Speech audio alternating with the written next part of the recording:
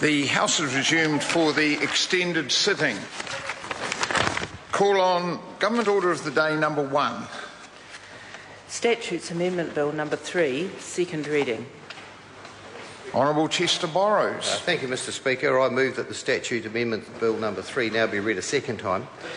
The Statutes Amendment Bill is an omnibus bill designed to provide a legislative vehicle for minor technical and non-controversial amendments existing to, well, you all know this stuff. The current bill contains amendments to 16 Acts of Parliament administered by 5 different government agencies, consists of 87 clauses in total.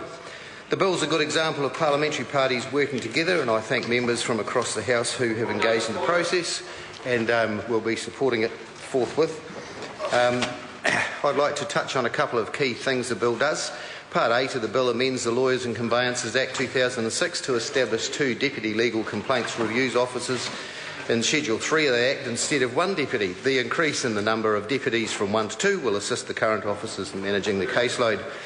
An amendment to the Heavy Engineering Research Levy Act 1978 will keep members on the edge of their seats. It will increase the maximum prescribed rates of research levy set out in Schedules 2, 3 of the Act. These increases will ensure that the levy rates are sufficient to cover the costs of research and technology transfer services the levies are intended to fund.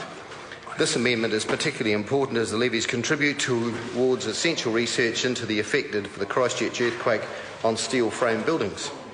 An amendment to Section 102B of the Real Estate Agents Act 2008 will increase the number of members additional to the chairperson who may be appointed to the Real Estate Agents Disciplinary Tribunal from 4 to 5. An increase in the number of members that may be appointed to the tribunal will allow more hearings to be held and improve timeliness. The bill was reported back by the Government Administration Committee on the 19th of June. I thank the committee for its careful deliberations. The committee has recommended improvements to Parts 2, 13 and 15 of the bill, and I endorse those changes. An example of those changes are changes to the Children, Young Person and the Families Act 1989. These changes make clarifications around the timing and custody orders to resolve conflicts between changes made to the bill and Section 108 of the Children, Young Person and Their Families Act. Since the bill was referred to the committee for its consideration in February this year, I've received requests for and approved the inclusion of 4 additional amendments in the bill. It has also come to my attention that 2 of the amendments originally proposed for inclusion in the bill are now no longer needed. The first because it relates to a point in time that has passed, and the second because the bill has progressed through another bill. I intend to move to include these amendments and remove the latter 2 amendments by way of a SOP at the Committee of the Whole House stage. These amendments include minor corrections to Ngāti Porou Claims Settlement Act and Te Roroa Claims Settlement Act 2008. The bill also amends the New Zealand Geographic Board, which I'm sure we'll hear more from the Honourable Maurice Williamson shortly.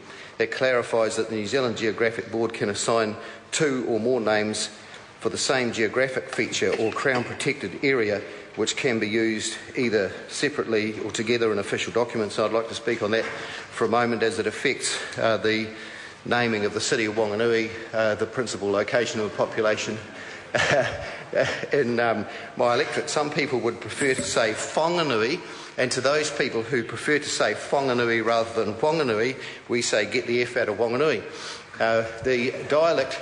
The dialect locally in Whanganui and in Taranaki, of course, puts the H before the W in the way that they pronounce. The argument then, which was pretty hot around the city of Whanganui and greater regions, funnily enough, seems to be one of the most frequently asked questions of the member for Whanganui is, so is it Whanganui or is it Wanganui? And if you really want to annoy people from Wanganui, Mr Speaker, as you found the other night at Bellamy's, just start pronouncing it with an F instead of putting the H before the W.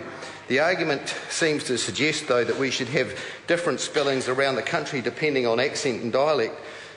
Taking that to its logical or illogical conclusion, we'd end up by spelling one spelling in the South Island where Ngaitahu pronounce their ng as a k, and Tūhoi sometimes pronounce the R as an N, and Tai Tokoro dropped the W, so Wanganui would be Honganui, and then Te Arawa, Tainui and Tairāwhiti prefer a hard F sound. So for the WH as noted above, we shouldn't find... Oh, they're good. They're good. I tell you what, they're better than you ever said they would. We should find this a major affront. So if we don't insist that the Amaran from Anstead Eve spell it accordingly, then we should take cognizance of the fact that dialects don't necessarily have to be reflected to pay due diligence to their users. And as somebody whose name is Borrows, which is in the common word English meaning of the word means to scrounge or to, or more politely, to take on loan, it's pronounced as it's spelt. But it doesn't seem to stop the vast majority of constituents, politicians, correspondents spelling it and pronouncing it Burrows, as in like the rabbit. So most of my mail is addressed to Burrows, as are newspaper attributions, references of the radio and television announcers. Telecom has me in the book under both spellings because they can't get it right.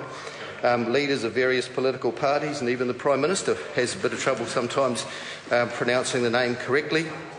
They're all intelligent and articulate people, and so we don't hold it against them because they happen to pronounce one name a particular way, let alone how they would pronounce Wanganui. Mr Speaker, the Bill proposes a number of useful changes to the statute book that are minor, technical and non-controversial. I thank the committee for its hard work and I commend the bill to the House. The question is the motion be agreed to. The Honourable Trevor Miller. Mr Speaker.